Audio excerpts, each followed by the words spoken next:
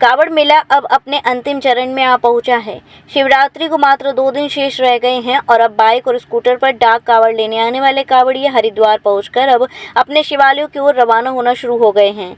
आज हरिद्वार की तरफ से चाहे बैरागी कैंप पार्किंग हो जहां बड़ी गाड़ियां पार्क की गई हैं या फिर हर की पैड़ी के आसपास की दोपहिया पार्किंग, सभी जगह लगभग फुल हो चुकी हैं। जिला प्रशासन का हर संभव प्रयास है कि हर की पैड़ी के आसपास वाली पार्किंग 23 तारीख को खाली हो जाए और 31 तारीख तक पूरे मेला क्षेत्र की सफाई भी हो जाए। अगर आज के ट्रैफिक प्लान की बात करें तो इस बार डाक कावड़ के कारण शहर में किसी प्रकार का कोई जाम नहीं दिखाई दिया और कावड़ यात्रियों को शहर में अलग रखा गया ताकि शहर वासियों को किसी प्रकार की कोई दिक्कत ना हो। जिला प्रशासन के अनुमान के अनुसार अभी तक 3.5 करोड़ कावड़िए कावड़ उठा चुके हैं और ये सिलसिला अभी भी जारी है। देखिए, कावड़ मेला हमारा अभी सकुशल उसका संचालन किया जा रहा है और इसमें कल शाम तक 3 करोड़ के आसपास जो हमारा नंबर था वो रिकॉर्ड किया गया है। इसमें विभिन्न राज्यों से जो कावड़ यात्री आ रहे थे उसमें अब मोस्टली डाक कावड़ है जो कि जिनका अभी ज़्यादा पार्टिसिपेशन है, जिसमें 2 व्हीलर्स और 4 व्हीलर्स ये दोनों अभी भारी संख्या में जनपद में आ भी रहे हैं और इनका एग्जिट भी हो रहा है। प्रॉपर तरीके से ट्रैफिक मैनेज किया जा रहा है। पुलिस विभाग के द्वारा समस्त जो पुलिस अधिकारी हैं, समस्त हमारी जो फोर्स है वो दिन रात मेहनत करके इसको मैनेज कर रहे हैं। हमारे करीबन 200 सेक्टर जोनल ऑफिसर्स हैं जो लगातार हाईवे पर भी और अभी भी कावड़ पट्टी जहाँ जहाँ चल रही है वहाँ पर पानी, शौचालय आदि की व्यवस्था देख रहे हैं। अभी क्योंकि कल रात से बारिश का भी यहाँ पर अभी चल रहा है, हल्की बारिश हो रही है, तो उसमें भी लोगों ने ये इंश्योर कर रहे हैं कि पानी के जो टैंकर्स हैं उनका मूवमेंट बना रहे।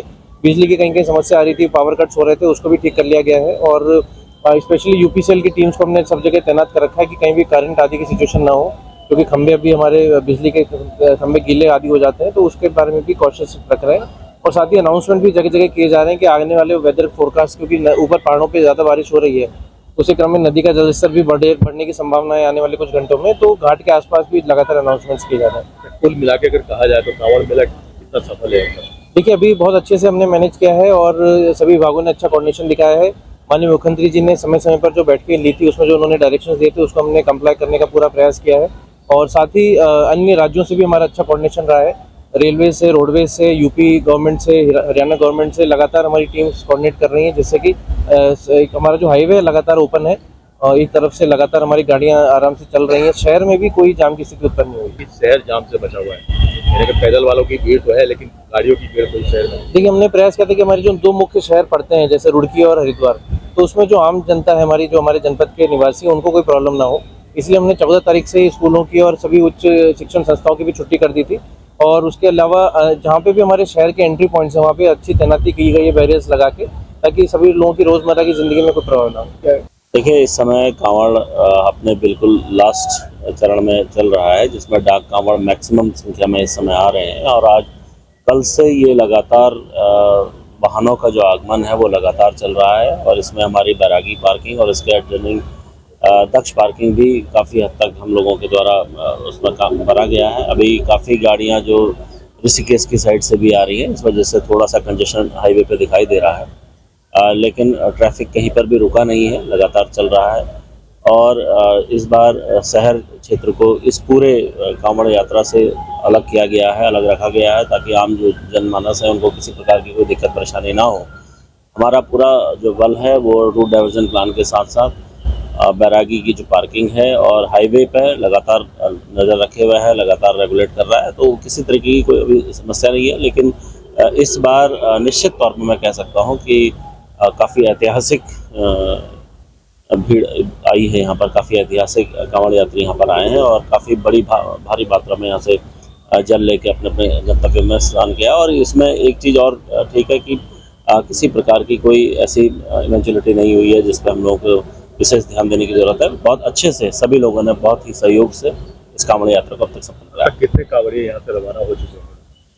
देखिए, कल 6 बजे के आसपास का जो हमारा अनुमान था वो संख्या करीब 3 करोड़ के पार हो चुकी थी और जो मुझे ऐसा लगता है जो आज की भी लगातार भीड़ और जिस तरीके से लोग आ रहे हैं, ये संख्या निश्चित तौर पर 3.5 करोड़ पार हो जाएगी। एक बार आपके आज अलग ही एक चीज़ दिखाई दे रही है कि बड़ी गाड़ियाँ आपके इधर नहीं दिखाई दे रही। देखिए, इस बार हम लोगों ने जो डाइवर्जन प्लान लागू किया था उसमें मैक्सिमम जो बड़ी गाड़ियाँ थी वो बैरागी कैंप में डाली गई थी, जिसकी वजह से बैरागी में हमारी जो पार्किंग है वो इस बार न सिर्फ फुल हुई है बल्कि उसके बगल में हमारी दक्ष पार्किंग जो हमने आकस्मिक तौर पर तैयार की थी वो भी इस बार भरी है। तो जो बड़ी गाड़ियों का शहर के अंदर आना वो काफ़ी हद तक कंट्रोल हुआ था और आज लगातार डाइवर्जन पर आप लोग देख रहे हैं कि काफ़ी बड़ी संख्या में गाड़ियाँ निकल रही हैं, जा रही हैं।